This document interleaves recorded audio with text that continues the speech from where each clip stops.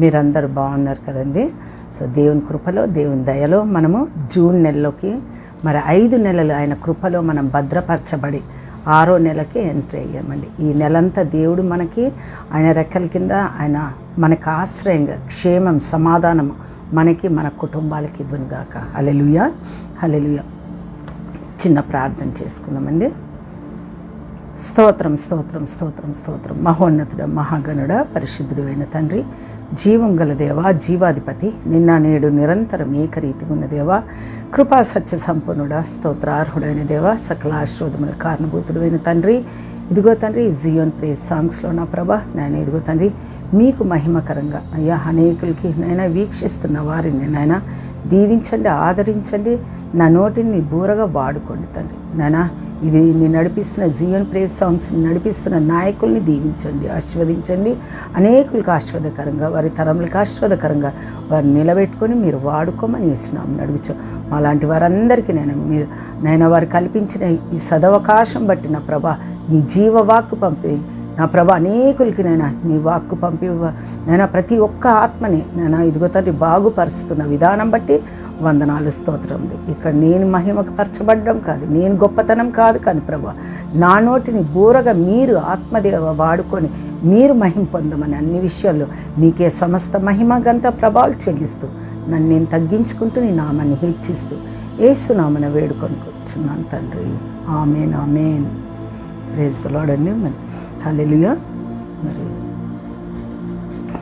వాక్యంలోకి వెళ్ళే ముందండి మన వర్తమానం ఏంటంటే దేవుడు ఈ సృష్టిలో ప్రతి ఒక్కరిని వాడుకుంటాడండి. ప్రకృతి నేచర్ని వాడుకుంటాడు, నీటిని వాడుకుంటాడు, చేపల్ని వాడుకుంటాడు, పక్షుల్ని వాడుకుంటున్నాడు. మరి అదేవిధంగా అన్ని చెట్ల విషయంలో కూడా. సో అదేవిధంగా మరి కాకుల్ని, పక్షుల్ని కూడా వాడుకున్నాడు కదండి. మరి ఏ విధంగా అంటే మరి కాకుల యొక్క మరి కొన్ని ప్రత్యేకతలు ఏంటంటే కాకి చాలా తెలివైనదంటండి, సైంటిఫిక్గా రుజువైంది. ఏంటంటే కాకులు ఎత్వేకి వచ్చేది వాటికి ముందే తెలిసిపోతాయంట. కొన్ని జంతువులు, కుక్కలు కానీ వీటికి, సో కాకులకి మరి ముఖ్యంగా తెలిసిపోతుందంట ఒక 3-4 డేస్ ముందే. సో కాకులకి అందుకే సోలార్ ఎక్లిప్స్ అయినప్పుడు అవి ముందే అంటే వాటి సమయం కాకపోయినా కానీ అవి వాటి గూటికి వెళ్ళిపోతాయండి. మరి సోలార్ ఎక్లిప్స్ అయ్యే టైంలో, ఆ సమయంలో అన్నమాట. సో అవి లోపలికి వెళ్ళిపోయి మళ్ళీ వాటికి ఎంత నిజంగా వాటికి మరి ఎవరిచ్చారో జ్ఞానం తెలియదు, కానీ ఆ గ్రహణం అయిపోయినాక కూడా అవి బయటకు వచ్చిన తర్వాత స్నానాలు చేస్తాయి అంటండి. మరి అదే విధంగా అది అన్యులది, కానీ వాటికి ఒక శుభ్రం అన్నమాట కాకిలో దేవుడు పెట్టాడండి ఆ జ్ఞానం. మరి అదేవిధంగా వాటర్ కూడా ఏ విధంగా అయితే భద్రపరచుకోవాలో కాకి నుండి మరి చిన్నప్పుడు మనం స్టోరీస్ చదివాము. ఆ నీరు కొద్దిగా ఉంటే ఒక్కొక్క డ్రాపు మరి వాటర్లో ఒక్కొక్క డ్రాప్ కదా, ఒక్కొక్క స్టోన్ చిన్నది వేసి ఆ నీళ్ళు పైకి వచ్చిన తర్వాత తాగి గిరిపోతుంది.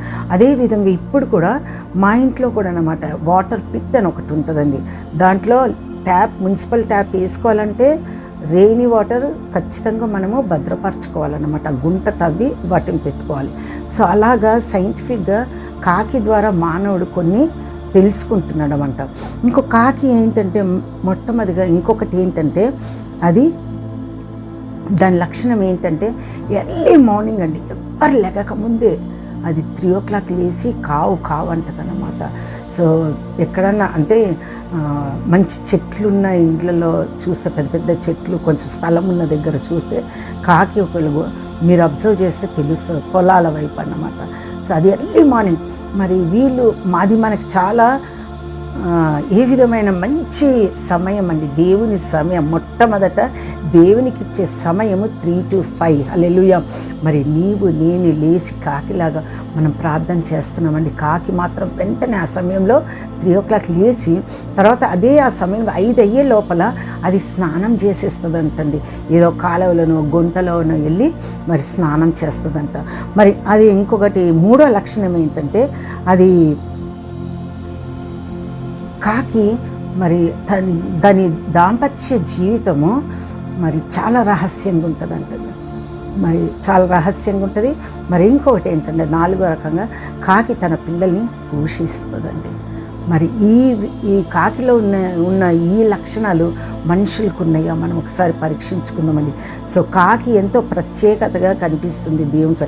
ఈ కాకి కూడా బైబిల్లో ఈ జీవగ్రంథంలో మరి వాడబడినట్టు మనం చూస్తున్నామండి. యాక్చువల్లీ లేవి కాండము 11, 15, 19 చూస్తేనండి,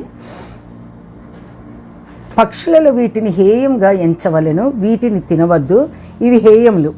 ఏంటంటే పక్షిరాజు, పెద్ద బోరువ, ప్రతి విధమైన కాకి, నిప్పుకోడి, కసిరిగాడు, కోకిల, ప్రతి విధమైన డేగ, ఇవన్నీ అంటండి మరి దేవునికి వీటిని మానవులు తినకూడదు, ఇవి హేయమైనవి. కానీ దేవుని పనిలో అవి ఉపయోగించబడినాయి అండి. హల్లెలూయా. మరి కొన్ని కండిషన్స్ దేవుడి ధర్మశాస్త్రంలో మోషే ద్వారా చెప్పాడండి, ఏది తినాలి ఏది తినకూడదు అనేసి. వాటన్నిటి మీద అంటే సృష్టి అంతటి మీద మరి దేవుడు మనిషికి అధికారం ఇచ్చాడండి. హల్లెలూయా, హల్లెలూయా. మరి ఈ అధికారం మనం ఉపయోగించుకుంటున్నామా ఒకసారి మనం ఆలోచించుకుందామండి. మరి ఈ దేవుడు ప్రతి పక్షిని, ప్రతి జంతువుని, ఇందాక చెప్పి ప్రతి జలచరములనివ్వండి, ప్రతి ఒక్క ఆయన మహిమార్థమై వాడుకున్నాడండి. హల్లెలూయా. వృక్షాలని ఇందాకే చెప్పాను. అందులో మొట్టమొదటిగా పక్షిరాజు రెక్కల మీద ఆయన రెక్కల మీద మనల్ని మోస్తున్నట్టు, పక్షిరాజు తన పిల్లల్ని మోస్తున్నట్టు యేసయ్య మరి ఆయన రెక్కల మీద నిన్ను నన్ను మన బిడ్డల్ని మోస్తున్నాడంటండి. రెండోది గాడిదండి, జంతువు. దాని బిలాము ఇశ్రాయేలు ప్రజల్ని మరి వారికి అగెయిన్స్ట్గా ఉన్నప్పుడు, శపించలేని స్థితిలో ఉన్నప్పుడు, మళ్ళీ ఏదో ఆశపడి డబ్బుకి పరిగెత్తుతుంటే గాడిద ద్వారా మరి గాడిద బుద్ధి చెప్తుందన్నమాట బిలాముకి. మరి అదేవిధంగా జలచరములు అందరికి తెలుసండి. యోనా మరి ఏ విధంగా అయితే మరి నినివేకి వెళ్ళమంటే తర్షీష్కి వెళ్తున్నప్పుడు మరి ఆ చేప దేవుని మాట విన్నదన్నమాట. మింగేసి ఎక్కడ కక్కేయాలో, ఎక్కడ నెగిటివ్ చేయాలో యోనా గారిని అక్కడ చేసిందండి. సో ఈ జంతువులన్నీ, పక్షులు కూడా దేవుని మాట వింటున్నట్లుగా మనము ఈ జీవగ్రంథంలో చూస్తున్నామండి. ఆయన ప్రతి ఒక్కరిని వాడుకుంటున్నాడు. దేవుడికి నేను వాడుకోవాలి. కొంతమంది అంటారు కాదు, యేసుక్రీస్తుని ఎరిగిన ప్రతి ఒక్కరూ ఆయన సువార్త చేయడానికి అర్హులండి. హల్లెలూయా. చాలామంది నీకున్నదా, నీకు పిలుపుందా, ఆయన నీతిని, ఆయన రాజ్యాన్ని మనం వెతకడానికి, మనం ఆయన వెలుగులో నడవడానికి, అనేకులు నడిపించడానికి నిన్ను నన్ను ఏర్పరచుకుంటున్నాడండి. హల్లెలూయా, హల్లెలూయా.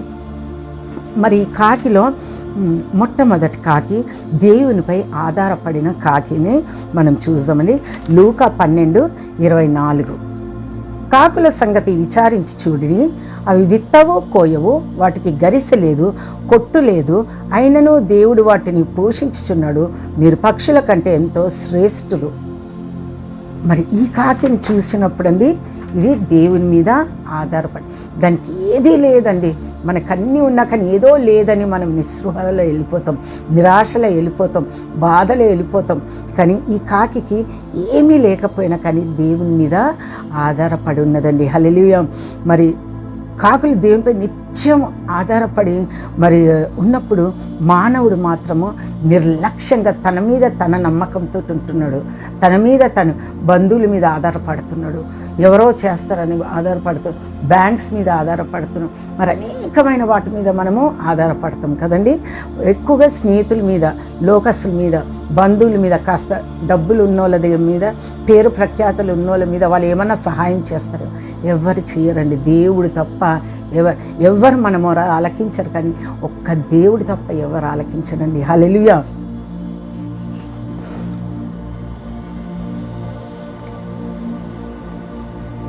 మనం ఇతరుల మీద మనం ఏంటో మనం మర్చిపోతున్నామండి.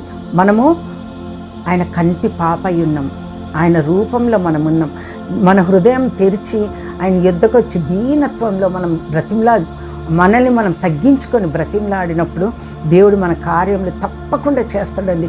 కాస్త ఆలస్యం కావచ్చు, కానీ ఆ కార్యం మాత్రం తప్పకుండా మనం పెట్టే మొర, మనం ఆయన చెంత మన హృదయ బాధ, వేదన ఆమె నిన్న దగ్గర మనం కుమ్మరించినప్పుడు ఆయన తప్పకుండా మన మొర ఆలకిస్తాడండి, దానికి జవాబిస్తాడండి. హల్లెలూయా. కానీ ఈ కాకులు మాత్రము వీటికి ఏం లేకపోయినా కానీ దేవుని మీద ఆధారపడ్డాయండి. హల్లెలూయా. మనం ఎంతటి వారమండి, మనలో చాలామంది మన హోదాని, పొలిటికల్ లీడర్స్ని, మేము సో అండ్ సో మా స్టేట్ ఇది, మాకు తెలిసిన వాళ్ళు ఎంత పెద్దవాళ్ళు, అంత ఏం లేకపోయినా చెప్పుకుంటారండి. అన్నీ ఉన్నోళ్ళు ఎవరు చెప్పుకోరు అసలు, నాకు తెలిసినంత వరకు. సో వాళ్ళు మనల్ని గుర్తించాలి, కానీ మనం వాళ్ళ దగ్గరికి వెళ్ళడం కాదు. సో ఆ విధంగా మనము ప్రత్యేకించబడిన, ఈ లోకం నుండి వేరు చేయబడిన వారం అన్నమాట మనం. సో మన దగ్గరికి అనేకులు రావాలి. సో కాబట్టి మనము ఆయన బిడ్డలుగా, ఆయన కుమారులుగా, కుమార్తెలుగా ఉన్నప్పుడు మనల్ని దేవుడు ఉన్నత స్థానంలో నిలబెడతాడండి. హల్లెలూయా. మనకిచ్చే గౌరవం అదొక స్పెషల్గా ఉంటుంది, అనేకులు ఆశ్చర్యపోయేటట్లు ఉంటుంది అనమాట. సో ఆ విధంగా మనం దేవుని మీద ఆధారపడినప్పుడు మనకు అదొక రివార్డ్ ఇస్తాడండి దేవుడు. హల్లెలూయా. ఇక్కడ కీర్తనలు 27, కొందరు రథములు బట్టి, కొందరు గుర్రం బట్టి అతిశయపడదు. ఈ లోకంలో చాలామంది అండి, చెప్పాను కదండి, వారి ఆస్తులను బట్టి, వాళ్ళ అంతస్తులు బట్టి, వారి నేమ్ బట్టి, వారి ఫేమ్ బట్టి, వారి బంధువులు బట్టి, పొలిటికల్ బ్యాక్గ్రౌండ్ బట్టి, వాళ్ళ స్పిరిచువల్ ఫాదర్స్ని బట్టి, అన్నిట్లను బట్టి వాళ్ళు అతిశయిస్తారు. కానీ మనం ఎవరిని బట్టి అతిశయించాలండి?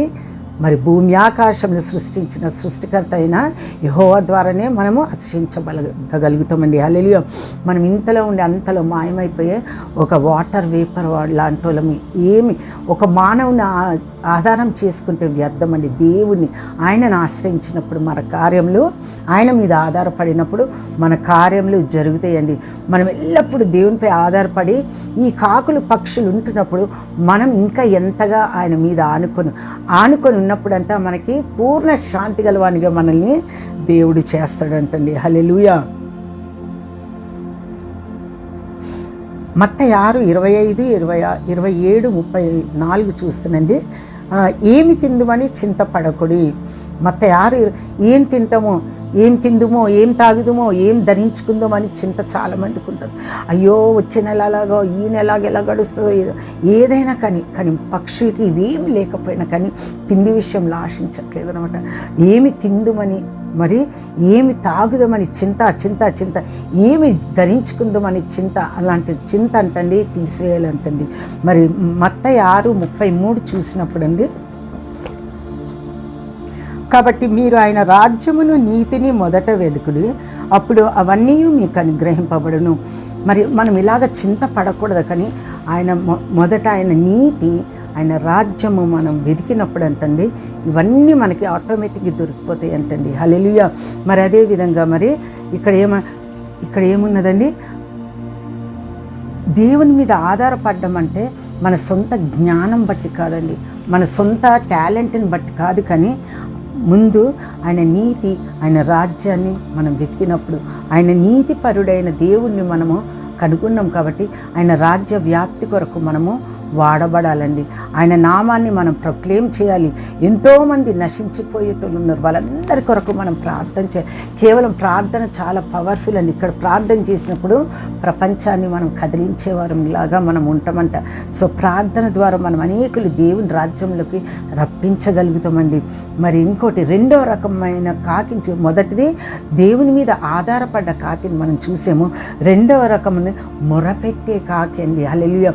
ఎర్లీ మార్నింగ్ లేచి అంటండి, అందరికంటే ముందు 3 o'clock మరి నేను ఈ కాకి విషయంలో స్టడీ చేసినప్పుడు అది ఎర్లీ మార్నింగ్ అండి, ఎవరు మరి హిందూ సార్ బ్రహ్మ ముహూర్తం 3 to 5 అంటారు. సో దేవుడు మనం వేకువజామున మొట్టమొదటి స్థానం, మొట్టమొదటి సమయం, మొట్టమొదటి రోజు లెగగానే దేవుని మనం స్తుతించాలి, ఆరాధించాలి. ఆయన యుద్ధం మనం కుమ్మరించబడాలి. మొరపెట్టుకున్నప్పుడు మన కార్యములన్నీ, అపవాది తంత్రములు లయపరచబడతాయి. అపవాది కార్యములు, దూతలు వాటన్నిటిని డిస్ట్రాయ్ ఏదేదైతే చెయ్యాలో అపవాది ఆలోచించుకుంటాడంట మధ్యరాత్రిలోనే. ఓ ఈ బిడ్డనా, ఇట్లనా, ఈ ఇల్లా అని అనుకుంటాం. ఇప్పుడైతే ఎర్లీ మార్నింగ్ మనం చేస్తామో వాడు వెళ్ళిపోతా అనుచరులు చెప్తాడంట. సో మనం చేసినప్పుడు వాటి కార్యములు జరగవంటండి. హల్లెలూయా. మరి దుష్టుడి కార్యములు ప్రతి ఒక్కటి నీకు నాకు విరోధంగా ఉన్న ఆయుధము ఏది వర్ధిల్లదంట. హల్లెలూయా. హల్లెలూయా. మరి కీర్తనలు, మొరపెట్టే కాకి గురించి చూద్దామని. కీర్తనలు 143:9, పశువులకును అరుచుచుండు పిల్ల కాకులకును ఆయన ఆహారం ఇచ్చుచున్నాడు. అరుచుచుండు పిల్ల కాకులకు ఆహారం ఇస్తున్నాడంటండి. హల్లెలూయా. నీకు నాకు ఇవ్వడండి. హల్లెలూయా. బహుశా తల్లి కాకి నేను అనుకుంటా రెక్కలు వచ్చేసిన తర్వాత తరిమేస్తుంది అనుకుంటాం. మరి పక్షిరాజు కూడా అంతే కదండి, గూడు రేపి పిల్లల్ని పడేస్తుందంట, మళ్ళీ కిందకి వెళ్ళిపోయి రెక్కల మీద మోసుకొని పరిగెత్తుకొని వస్తుందంట, పైకి తీసుకొస్తుందంటండి. అలాగే మరి ఈ కాకి కూడా మరి వెలగొట్టేసినప్పుడు మరి ఈ పిల్ల కాకులు మొరపెట్టుకుంటాయి అంట దేవుడికి, దేవుడా మాకు ఆహారం మా మమ్మీ ఎలగొట్టేసింది మాకేంటి అని. సో పక్షులను చూసి మనం నేర్చుకోవాలండి. ఒక స్టేజ్ వచ్చిన తర్వాత అవి పిల్లల్ని పెడతాయి, పిల్లల్ని పోషిస్తాయి. రెక్కలు వచ్చేసిన తర్వాత వాటి దారి అవి, వీటి దారి ఇవి ఉంటాయి అన్నమాట. సో మనము పెంచుతూనే ఉంటాం. మనం 40 ఏళ్ళ దాకా ఉద్యోగాలు లేకపోయినా పెంచేటోళ్ళు ఉంటారు, అది వాళ్ళ ఇష్టం. కానీ మామూలుగా మనం ప్రకృతిలో ఈ కాకులు కానీ పశువులు కానీ వీటి గురించి మనం మాట్లాడుకుంటున్నామండి, అంతే, ఇంకేం లేదు. సో ఒక రెస్పాన్సిబిలిటీ ఉండాలి ఒక వ్యక్తికి. సో వచ్చినప్పుడు వాళ్ళ పనులు వాళ్ళు చేసుకోగలుగుతారు అనమాట. కాకి అపవిత్రమైన పక్షి కానీ దేవునికి మొరపెట్టుకుంటున్నాయండి. ఏమని? దేవుడు వాటికి ఆహారం సిద్ధపరుస్తున్నాడంటండి. హల్లెలూయా. మనం దేవుని స్వరూపంలో ఉన్నాము. నిన్ను నన్ను ఎంతగానో దేవుడు ఒక కాకిని ప్రేమించే కాకి మొర వింటున్నాడండి. కాకి హీనమైనదన్నమాట, చీ అని అంటాం మనము. అలాంటిది ప్రతి మనిషి దాన్ని కావు అంటే దాన్ని మనము దాని స్వరం ఇష్టపడం. కోయిల్ చూడాలని ఇష్టపడతాం, కానీ దాని స్వరం దీన్ని అయ్యో ఎవరు వస్తారో చుట్టాలు వస్తారో ఏమవుతుందో కాకి చీ అని అంటాం. ఎందుకంటే కాకి పిల్లల్ని అంటండి దేవుడు వాటి మొర వింటున్నాడు అంటండి. హల్లెలూయా. మరి నీ మొర నా మొర మనం ఆయన సన్నిధికి వచ్చినప్పుడు, ఆయన పాద సన్నిధికి వచ్చినప్పుడు ఆయన ఇంకెంతగా ఆయన చెవియొగ్గి ఆలోకిస్తాడు, ఆయన వెయిట్ చేస్తాడంటండి. మనం ఎప్పుడు ఆయన యుద్ధకి వెళ్తాము, ఎప్పుడు నా సన్నిధికి నా బిడ్డ వస్తుంది అని ఆయన వెయిట్ చేస్తూ ఉంటాడంట. సో మనమే వెనక ముందు వెళ్ళిపోతాం. కాబట్టి త్వరపడి ఆయన దగ్గరికి మనం వెళ్తూ ఉండాలండి. హల్లెలూయా. తన ప్రాణాన్ని నీ కొరకు నా కొరకు శిలువ మీద ఇచ్చిన దేవుడు అండి. హల్లెలూయా. ఏ దేవుడు లేడండి చనిపోయి పునరుద్ధానం జీవించే దేవుడు. హల్లెలూయా. మన దేవుడు ఆయన ఎంతో త్యాగం చేశాడు నిన్ను నన్ను మరి ఆయన స్థానంలో ఉంచుకోవడానికి. హల్లెలూయా. మత్తయి 7:7 అడుగుడి ఇవ్వబడును, వెదుకుడి దొరుకును, తట్టుడి తీయబడు. అడుగు వాటికంటే ఊహించే వాటికంటే అత్యధికంగా దేవుడు మనకి నీకు నాకు ఇస్తాడండి. అడగాలండి, అడిగి మనం పొందుకోవాలి, వెతకాలండి, వెతుకుతూ ఉండాలి, సర్చ్ చేస్తా. జ్ఞానులు వెతుకుతూ ఉంటారు, తడుతూ ఉంటారు అన్నమాట. నువ్వు ఆగిపోయినప్పుడు ఆత్మీయ జీవితంలో నీవు ఆగినప్పుడు మనం ఏం చేయలేమండి దేవుని కొరకు. ఊరికే రోటీ కపడా ఔర్ మకాన్ అంతే ఎంజాయ్ అన్నట్లున్నప్పుడు దేవునికి మహిమకరంగా మనం ఉండమన్నమాట. హల్లెలూయా. మరి ఇక్కడ దానియేలు అంటే ఎప్పుడు మొరపెట్టుకునేటోడు అండి. మరి ఫర్ ఎగ్జాంపుల్ దానియేలు, అందుకే దానియేలు జ్ఞానవంతుడు, 3 రాజుల యొద్ద ఆయన రాజుగా ఉన్నాడండి. హల్లెలూయా. మరి ఆయన జ్ఞానం ఆయన యొద్ద మనం మొరపెట్టుకున్నప్పుడు అంటండి, ఆయన మీద మనం ఆధారపడ్డప్పుడు మొరపెట్టుకున్నప్పుడు ఆయన మనం ఉన్న స్థితి కంటే అత్యధికమైన స్థితిలోకి, ఉన్నత స్థితిలోకి దేవుడు తీసుకొస్తాడంటండి. మరి అదేవిధంగా దావీదు రాజు కూడా 7 సార్లు మొరపెట్టుకున్నట్టు, అంటే స్తుతించడం అంటే ఏంటండి? మొరపెట్టుకోవడమేనండి, ఆయన్ని మహింపరచడం అన్నమాట. సో అలాంటిది దావీదు మహారాజు ఒక గ్రేట్ కింగ్గా నిలబెట్టుకొని తరంలో ఆయన వంశంలో నుండి యేసు ప్రభు గారు మనకి రక్షణ ఇవ్వడానికి రక్షకుడు వచ్చాడండి. హల్లెలూయా. మరి ఇకపోతే కాకికి ప్రాణం ఉంది కానీ ఆత్మ లేదండి. హల్లెలూయా.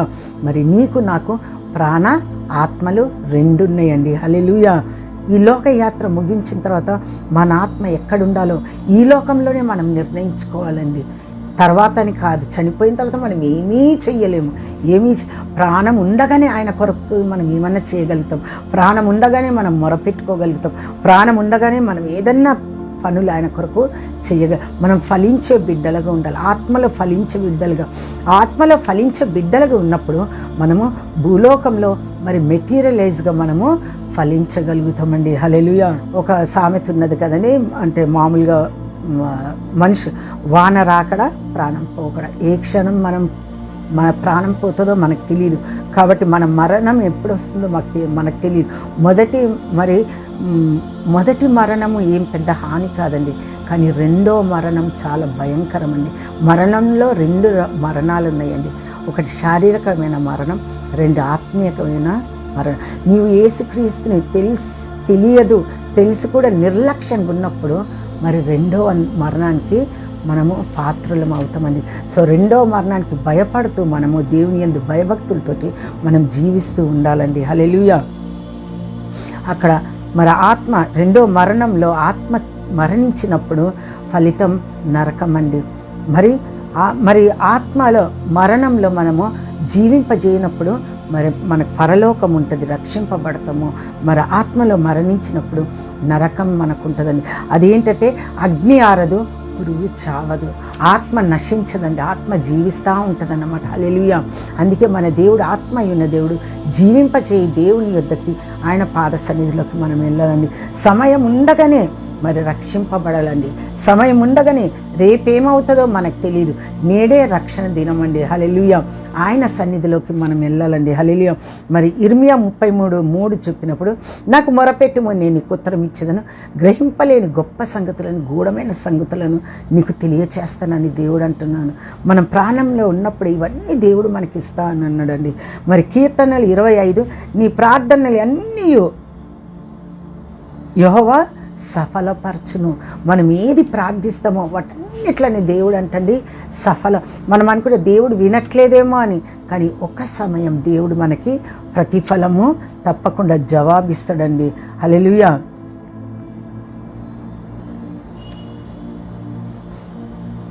కీర్తనలు 91:15 చూద్దామండి. అతడు నాకు మొరపెట్టగా నేను అతనికి ఉత్తరం ఇచ్చేదను, శ్రమలో నేను అతనికి తోడై ఉండేదను, అతని విడిపించి అతని గొప్ప చేసేదను. మనం మొరపెట్టినప్పుడు ఆయన ఉత్తరం ఇస్తాడంటండి. శ్రమలో మనకి తోడై ఉంటాడంట, మనల్ని విడిపించి గొప్పతనం చేస్తాడంటండి. హల్లెలూయా. మనం ఎక్కడో అట్టడుగు ఉండడము, మనం నిరాశ నిస్పృహలో ఉండడము, మనము ఎక్కడో ఐడెంటిటీ కాకుండా ఉండడము దేవుని ఉద్దేశం కాదండి. మనుషులు ఏంటో తెలుసండి, మన రియాలిటీని, మన ఐడెంటిటీని హైడ్ చేసేస్తారు. కానీ దేవుడు మనం అర్హులం కాకపోయినా కానీ ఆయన మనల్ని ఐడెంటిటీ చేసి ఉన్నత స్థితిలోకి మనల్ని తీసుకురాగలిగే సామర్థ్యం గల దేవుడండి. ఈ ప్రాణంలో ఉన్నప్పుడే మనము ఈ జీవం కలిగిన దేవుణ్ణి మనమే ఈ ప్రాణం జీవిస్తున్నప్పుడే డిసైడ్ చేసుకోవాలండి. మరణం తర్వాత మనం మొరపెట్టుకున్నప్పుడు మన మొర ఏమీ మౌనస్థితిలోకి వెళ్ళిపోతాం, కానీ మనం ఏమీ చెయ్యలేం.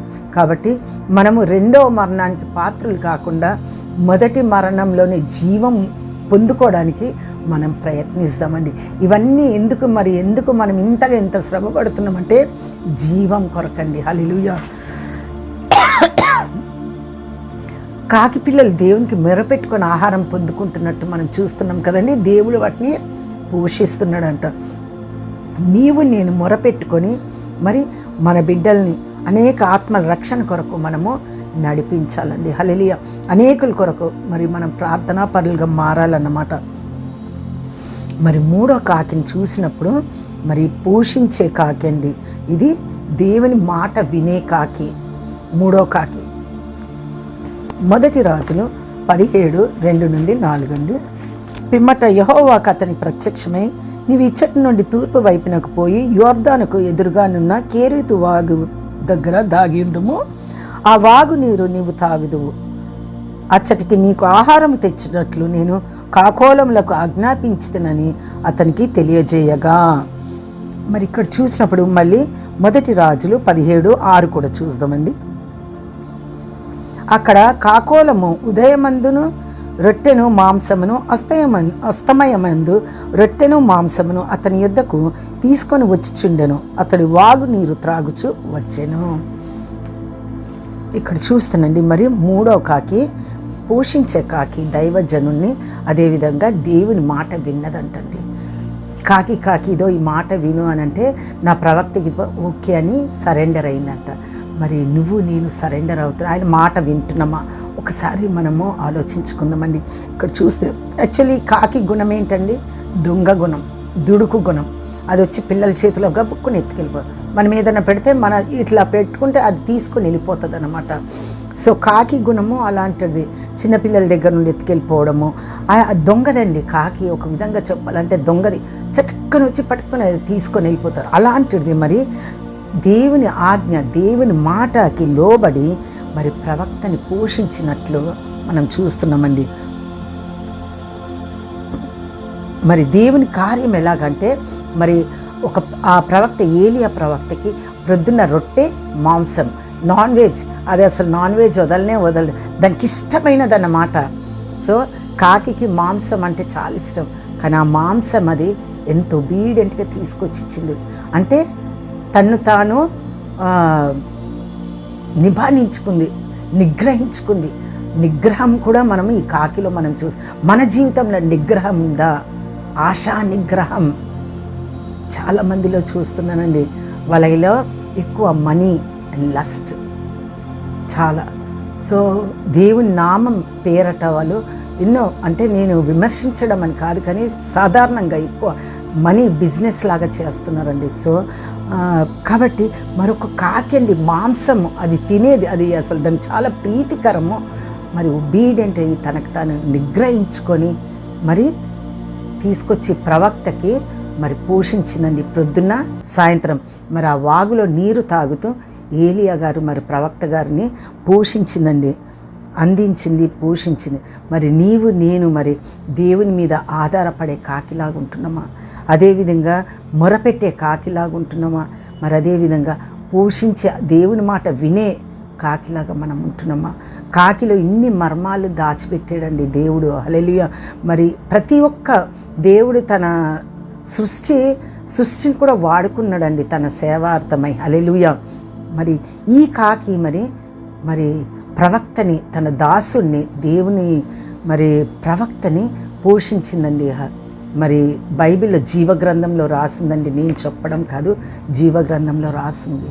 సో కాకిలో కాకి ద్వారా దేవుడు ఇన్ని కార్యములు మరి చేయించుకున్నాడు. మరి నీవు నేను కాకి కంటే శ్రేష్ఠులం కదండి. సో కాబట్టి కాకియే వింటున్నప్పుడు మనం ఎందుకు దేవుని మాట వినకూడదు? మనం ఎండింగ్ టైంలో ఉన్నామండి. మనం ఉంటున్నాం, తింటున్నాం, తాగుతున్నాం, రోటీ కపడా ఎంజాయ్ అన్నీ చేస్తున్నాం, కానీ ఏ క్షణం ఏమవుతుందో తెలియదు. దొంగలాగా వస్తా అంటున్నాడండి దేవుడు, దొంగలాగా వస్తా అంటున్నాడు. కాబట్టి మనం చాలా అలర్ట్గా ఉండాలన్నమాట. మనం బొందులో ప్రాణం ఉన్నప్పుడే, దేవా నువ్వు నా కొరకు శిలువ మీద మరణించను, నీ ప్రాణం ఇచ్చినవు, నీ బిడ్డను నాయన, నీ రక్తంతో నన్ను కొన్నావయ్యా, నేను నీ సొత్తున్నాయన అన్నప్పుడు నీ మీద నా మీద ఆయన సీల్ వేసేస్తాడండి, ఆయన ముద్ర వేసేస్తాడండి. ఇంకా అపవాదికి ఏ అధికారం లేదు. మరణాలు 2 మరణాలండి. మొదటి మరణం ఏం పర్వాలేదు, భయపడను నేను, కానీ 2వ మరణానికి మనం భయపడాలండి. కాబట్టి మనం నిత్య జీవంలో ఉండడానికి, మరి నిత్య జీవంలో మన కుటుంబ సభ్యులందరూ ఉండడానికి, అనేకులు మన స్నేహితులు అనేకులు ఉండడానికి మనం ఎప్పుడు ప్రార్థిస్తూ ఉండాలండి. మరి కాకి ఇన్ని విధాలుగా 3 విధాలైన కాకులు మనం చూసామండి. దేవుని మీద ఆధారపడే కాకి, దేవునికి మొరపెట్టిన కాకి, మరి పోషించే కాకి, మాట వినే కాకి. నీవు నేను దేవుని మాట వింటున్నామా? మరి కొంతమందికైనా మనం పోషిస్తున్నామా? అది మనం అనుకుంటాం ఎవరికి ఇచ్చేమో మనకు తెలియదు, కానీ మనము ఎప్పుడైతే మనం ఇస్తామోనండి, అంటే ఇవ్వమని నేను ఎప్పుడన్నా అంటే మనం రాంగ్ పర్సన్స్ తెలుసుకొని మనం ఆగిపోవాలి. చారిటీస్ కానీ, అనాథ పిల్లలు కానీ, మరి దిక్కులేని వారు కానీ, దీనులు కానీ, మరి అలాంటి వారికి, మరి పేదవారికి అసలు సూట్ బూట్ వేసుకున్న వాళ్ళకి అస్సలు ఇవ్వకూడదండి. నా ఉద్దేశం మాత్రం అదే. నేను చాలా తప్పు పని చేసాను చాలాసార్లు. ఎప్పుడు సూట్ బూట్ వేసుకుంటారు చూడండి, వాళ్ళకి ఎక్కువ అయిపోయి వాళ్ళు ఈ లోకరీతిగా చూపించుకుంటూ ఉన్నారు. అది తప్పేం కాదండి వేసుకోవడంలో, కానీ చెప్తున్నాను. కాబట్టి దేవుని మీద మనం ఎల్లప్పుడూ ఆధారపడి ఆయనకు మొరపెట్టుకొని ఆయన మీద మరి ఆయన మాట వినేవారిగా మనం ఉండాలని మరి చిన్న వాక్యం దేవుడు దీవించి ఆశీర్వదించును గాక. గాడ్ బ్లెస్ యు ఆల్ అండి. షలోమ్ అండి.